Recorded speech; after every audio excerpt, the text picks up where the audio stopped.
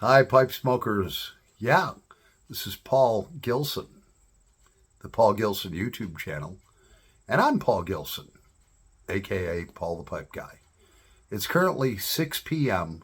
Eastern Standard Time in Rochester, in the outskirts of Rochester, New York, in the United States of America, and it is currently 11 p.m. In the UK, and it is August 11th, 2023. I know that because of this beautiful, sexy guitar freaking calendar I have, and my pipes and cigars calendar right next to it. Yeah. So I got some new glasses. Look at that. What do you think of them? These ones had seen their better days and they're kind of square. So I got these, whatever. They got a little tortoise shell on the side. Don't know if you can see it on the camera. These are not going to work. I mean, they do work, but I'm not wearing them to work. I'm not going to work in them. These were not on the cheap side. Thank God my employer has good insurance. So we are going to set something on fire. Yeah. What we're going to do is we're going to be smoking a Canadian pipe. I don't know how old this is, but basically it says Imperial Bite Proof. Brad the Bearded Piper, you would like this. It's bite proof, all right? Because Brad's a biter. Check out Brad the Bearded Piper. So instead of having a regular stem that's fully open, it has two little holes in it, all right? It is not 9 millimeter, it's just standard, all right? And when they say Canadian style pipe, this is a Canadian style pipe, meaning that it has a long shank, a short stem, all right? And normally the shank is oval cut. And this is actually made in France with Algerian briar. Yeah, and Algerian briar, and then it says France. No bowl number or anything on it, but from what I've seen off of videos, Algerian briar is like phenomenal. And so what we're going to do is we're going to start it on fire. We're going to get some Scotty's butternut burley that's been perking, all right, since January 20th of 2021. That's over 2.5 years. Scotty's butternut burley. Yeah. It is ribbon cut and it smells divine. We're going to load this up and set it on fire. And then I want to share some experiences that I've learned throughout my life after I've taken up 3 minutes of your time with the intro. We'll be right back. This is going to be a really good smoke together, I do believe. We'll be right back in a nanosecond. All right, so we're back. Less the glasses. Okay. So we got the Scotty's butternut burley here. Oh, that smells so good. That's an all-day smoke, Scotty's butternut burley. It'll never give you tongue bite. All right, so we've got our pipe pretty well loaded up here. Let's set it on fire. Yeah.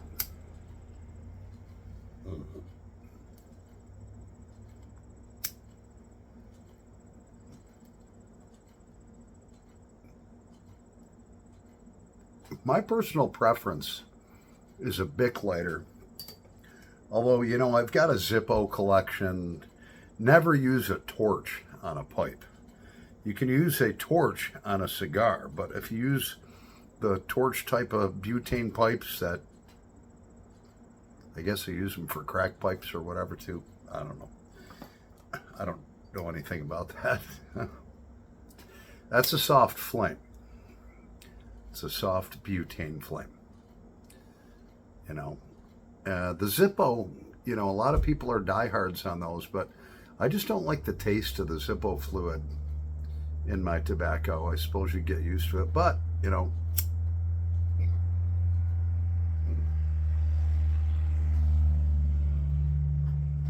oh, that's so good.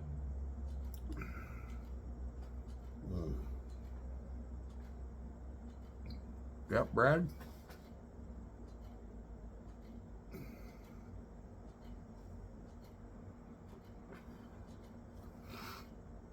I just clenched this pipe because it says it's bite proof. Hmm.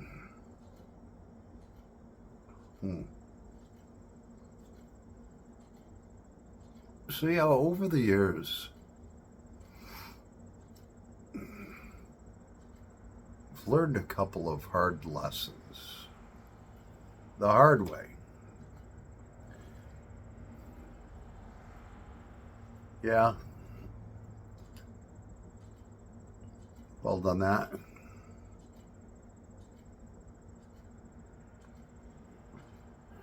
Some of them I didn't have to learn the hard way.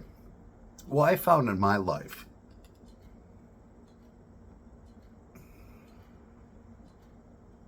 now I'm 58, almost 59. So I was born in 1964. I am the last of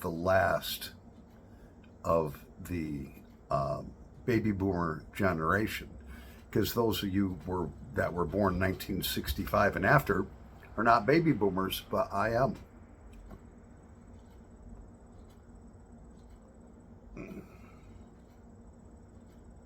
So I've been through hard times, I've been through good times. We all go through. Life is like a roller coaster ride and stuff like this. But the thing that I learned early in life is that hard work always pays off.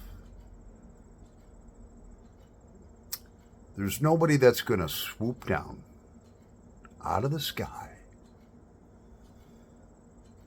and reward you for doing nothing. I started my first lawn mowing business when I was 7. Yeah, I was 7 years old. We had a red Massey Ferguson lawn tractor, and being 7, it was a perfect size for me. So one day, a gentleman next door, oh, and if you hear jets or anything in the background, that's because we have an air show going on.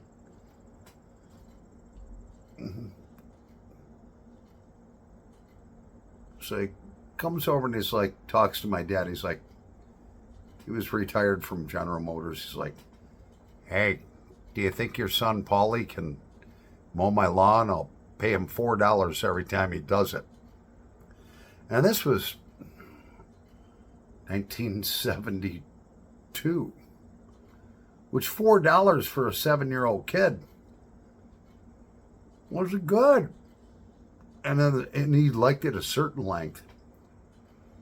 So sometimes I'd have to hop on my dad's Massey Ferguson red 7 horsepower riding lawnmower and mow the lawn 3 times a week, which meant that I was making $12 a week. And back then, gas was only 32 cents a gallon, so I don't think I burned a quarter of a gallon. You know, I probably burned 15 cents worth of gas at the most. And I was making $4, which means, you know, I mean, I was, you know, that's some pretty good money for a kid.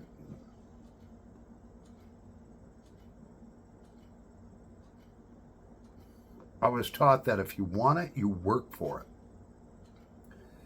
And that worked for me, and it served me through all of my life. Some of the other things that I've learned, and I'm not sitting in this chair telling anyone what they need to do for their lives. What I'm doing is I'm sharing my life with you and some of the things that I've learned that affected me positively or negatively. I'm just sharing my life experiences. I'm not preaching. I don't do that. I'm not going to say, you have to do this if you want this. No. That's not the way Paul the Pipe Guy is. Paul the Pipe Guy is a guy that's like, hey, you know, here's my experience. And, you know, this is how I overcame it, or this is how it rewarded me. And you may or may not gain something from it, you know. But I'll never preach at anyone. I'll never tell anyone that what they have to do. But I will share my own personal experiences on And some of them are very, very personal. But I'm not afraid to let that out there.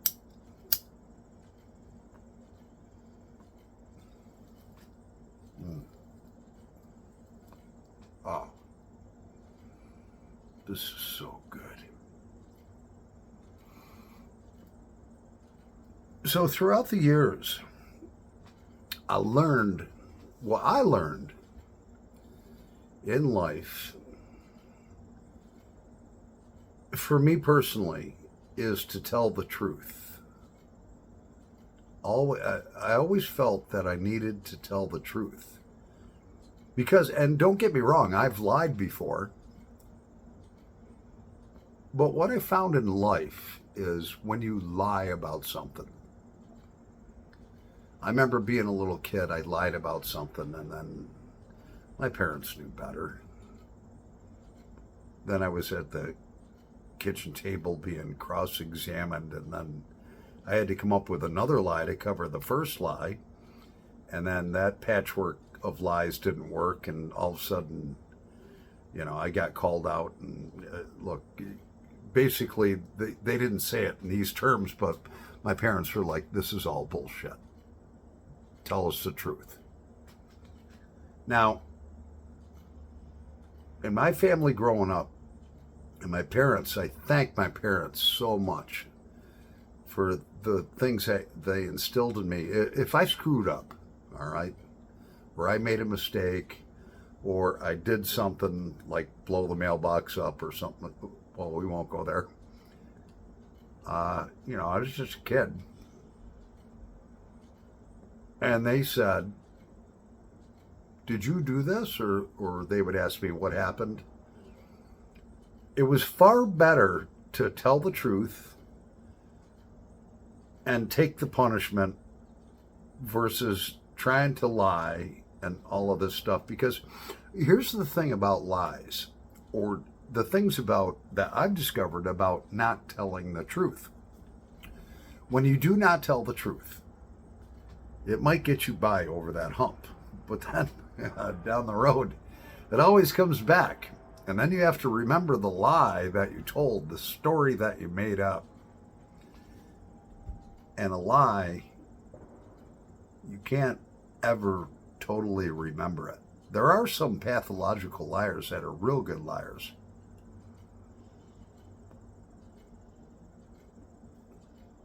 But I learned at a very young age, just tell the truth and own up to it.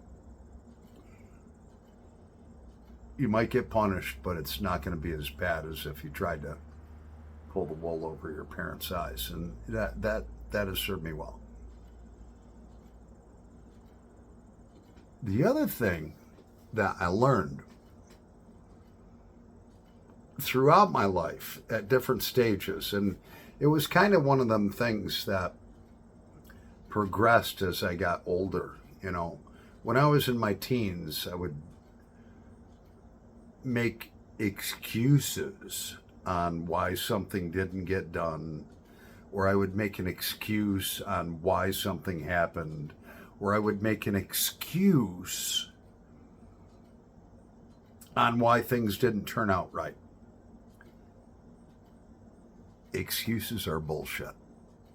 All right? Now, there are reasons, okay? So if you have a task that you have to accomplish, whether it's a personal goal or whether it's a goal set by your employer, your parents, somebody else in your family, or something you promised, made a commitment to,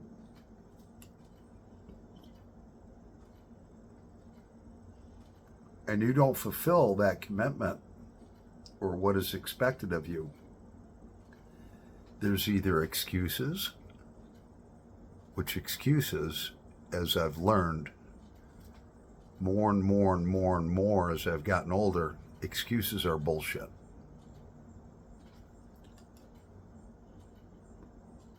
I'll give you an example. I was mowing the lawn. We're going to let this pipe rest. Actually, I'm going to graduate to a cigarette. So actually, we're going to take a break. I'll be back in a nanosecond. We're going to talk about my lessons learned between excuses and reasons. bullshit or the truth. We'll be right back in a nanosecond. All right, Paul the Pipe Guy is back. So there's gunfire in the background. Wait for it.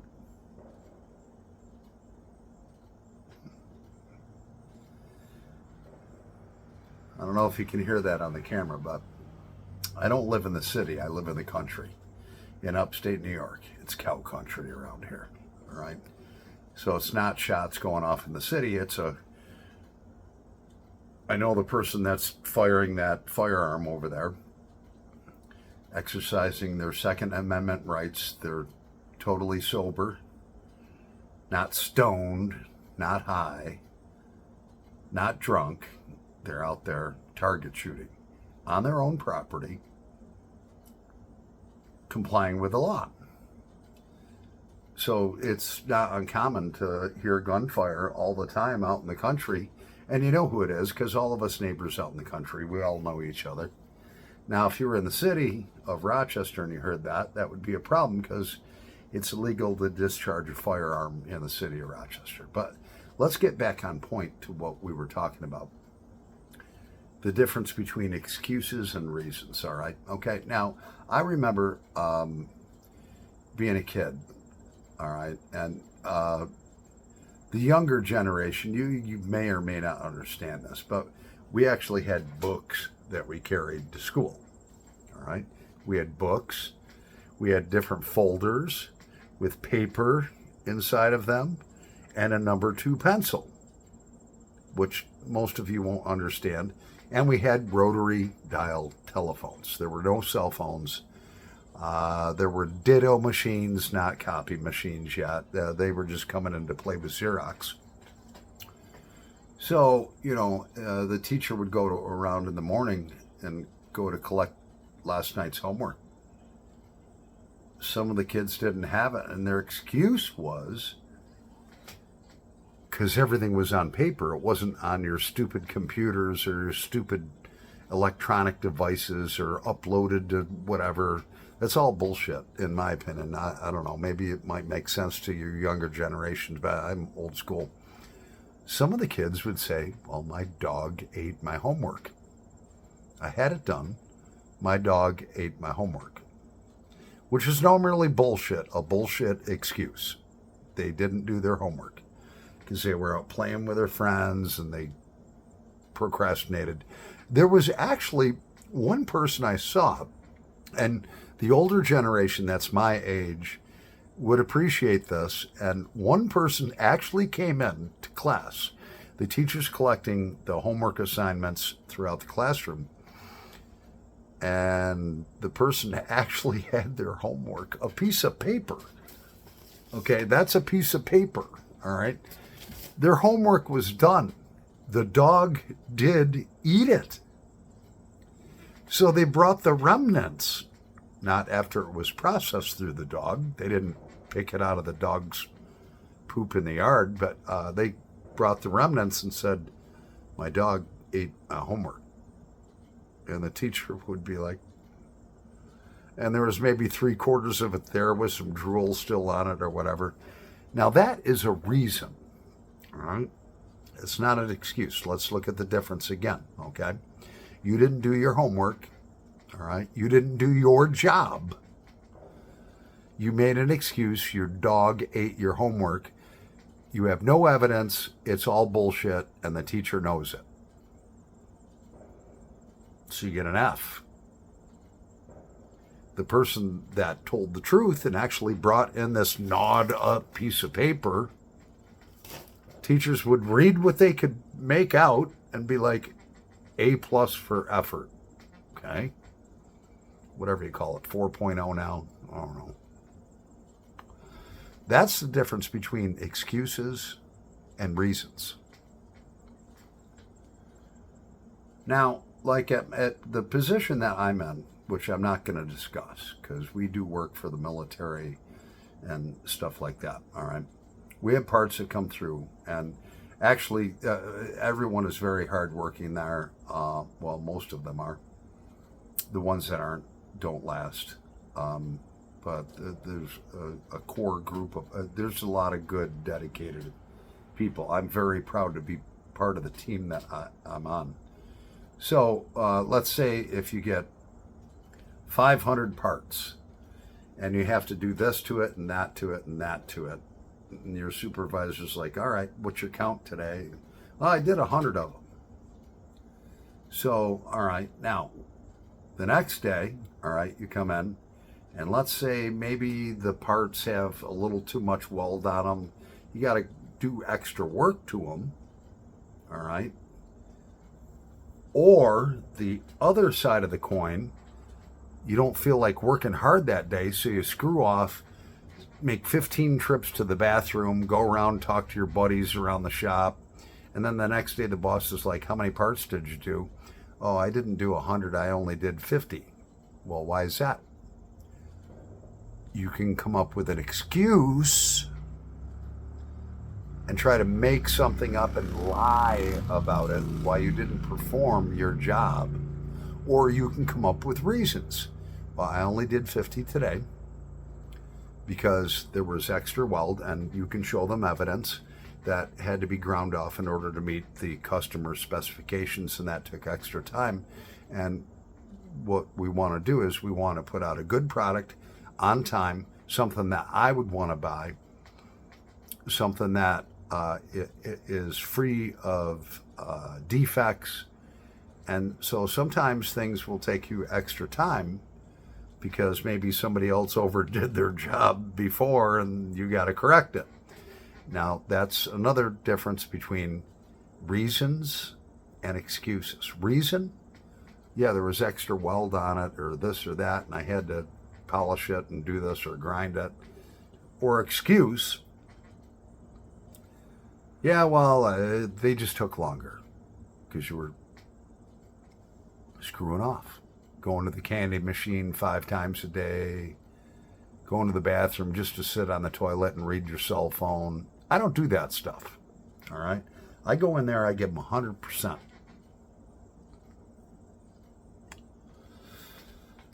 Lies. Let's talk about lies.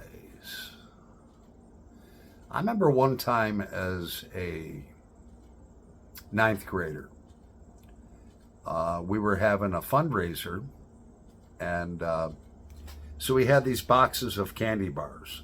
They were, I don't know, 2 foot by 1 foot. They were boxes with a little handle on them, and they held like, I don't know, 50 or 100 candy bars, all different kinds.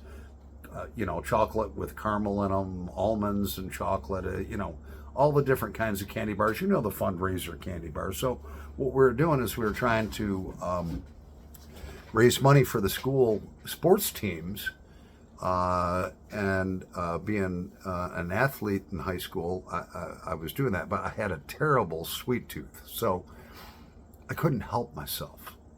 All right, I'd come home, I would chow down 5 candy bars, and then I'd put an IOU in it. IOU money for, and I think they were 50 cents a piece back then. Now they're $1 or $2, whatever. I don't know. So, I didn't sell any of them. And I think the whole box was worth like $60. So came time to turn in the money for them. And I made an excuse to the teacher. Well, I don't have the money. I forgot it and this and that. Well, a couple, 2-3 months go by. The school wants their candy bars or their money back. And, I'm making all these excuses. So they called my father at work. Your son has not turned in his candy bar money. So my father comes home after work. He's like, son, we need to have a talk. I was like, okay, Dad, what's going on? He says, I got a call from the school and they said this, that you haven't turned your candy bar money in. Where's the money? Now, I knew that was the end of the line. You just didn't lie to my father. You just didn't bullshit him.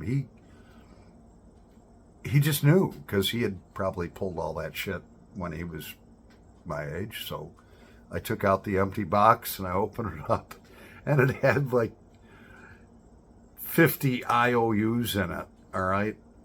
And he's looking at it. He's like, "You didn't sell any?" And I said, "No, I ate them all. And I don't have the money right now to pay for it because I'm spending my paper route money on candy and, extra stuff at school lunches." And he's like, "Okay, here's what we're going to do. I'm going to go to the school right now. I'm going to write a check for $60, and you're going to pay me back within 2 weeks." And I looked at him and says, "Okay, Dad." Now, you didn't mess with my father. He was a Army drill instructor, and he didn't yell, didn't scream, didn't do any of that stuff. Well, I'll tell you what. First week of my paper route collection, before spending it on any candy or stuff like that, "Here, Dad, here's $30. Okay. Next week, went out and collected on my paper route. You used to have to go out and collect. You'd actually have to go from customer to customer on your paper route. They didn't pay at the office or over the internet. You showed up with this little book that had a little tag for each week, and you'd tear it off and give it to them. It looked like a little postage stamp. So after 2 weeks, I had to pay it. I met my goal, and he asked me, he says, "Did you learn something?" And I said, "Yeah, self-control."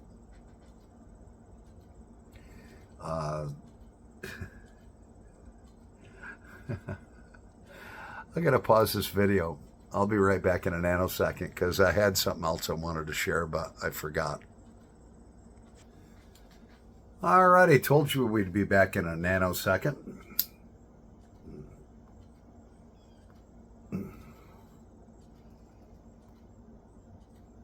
Oh, this butternut burley is so good.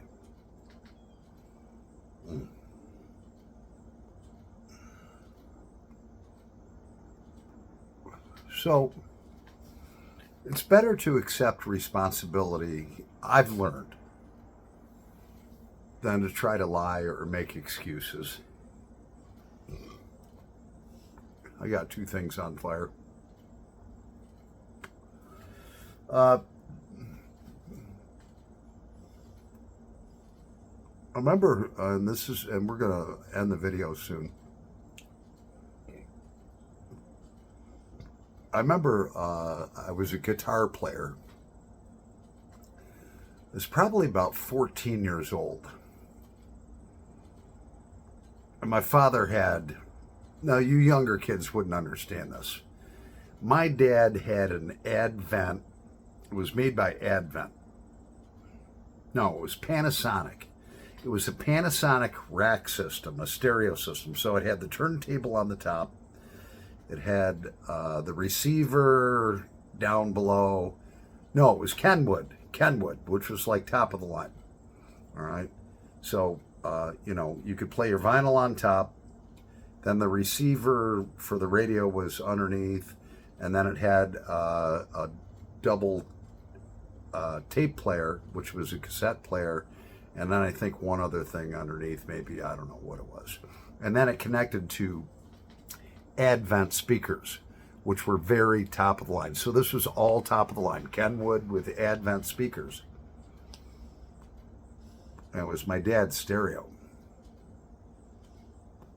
rack. Now you young kids have all this other stuff, you just put it on your phone, 1,000 watt. Nah, it doesn't sound nearly as good as analog does. Let me tell you, I've lived through it. There's people that collect that shit nowadays. Old school stuff, always better. So I bought a bass guitar that has 4 strings. I won't get in it, but it's boom, boom, boom, boom, boom, boom, boom, boom, boom, boom, boom, boom, boom, boom, boom, instead of twang, twang, twang, twang, twang, a 6-string guitar, a bass guitar. And so I asked my father, because I didn't have a amplifier, if I could play it through his stereo system, and he says yes, but don't turn the volume above 2. Okay, Dad. Well, I went on for that like for a couple weeks, and then I was like, pretty soon it turned up to 3. It sounded better. Then 4 sounded better. Then 5 sounded better. I think I got it up to 6, and I'm playing, man. I got the stereo going, and I'm trying to play bass to this song. All right, and all of a sudden, all the speakers cut out. It's like, and I'm like, oh shit. I take the back of the speaker off. I look, and the magnet had separated from the speaker comb on the bass part. The tweeter was still fine, but the 8-inch or whatever speaker, they had both blown. Yeah, it was too much for the stereo. So I was like, oh shit.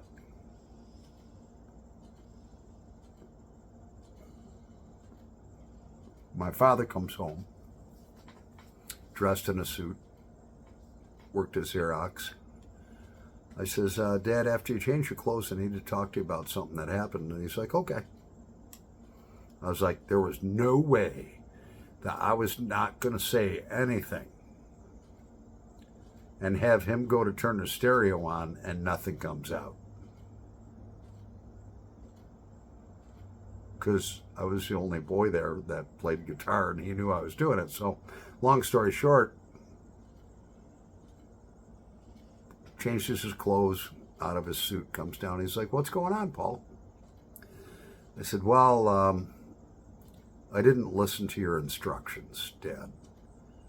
And he says, how's that? And I said, well, I was playing my bass guitar, and I turned it up too high, and the speakers don't work anymore. He's like, okay. He says, look, I appreciate you telling me up front. Let's take a look at it together. We took the speakers apart, found that both I think they were 8-inch subwoofers or whatever you call them. There was a little tweeter which got the higher end. Both the tweeters were fine, but the major, and these were air suspension, top of the line speakers made by Advent. He's like, well, I appreciate being honest and upfront. He said both of the speakers are blown. And he showed me. He says, all right. And I only had my permit at the time, not even a driver's license. He says, we're going to go to Lafayette Music and we're going to take these speakers. And so it cost me $120. He paid for them up front. I gave him whatever money I had, and we came back and we put them together and tested it out. And then I paid him back every week until it was paid for. And I wasn't even in trouble. And we had a good father and son moment. I learned a lot from that, and I thank my father for that. That's what honesty will get you, man. And that memory will stick with me the rest of my life. Anyways, we've gone on long enough. Paul the Pipe Guy, over and out.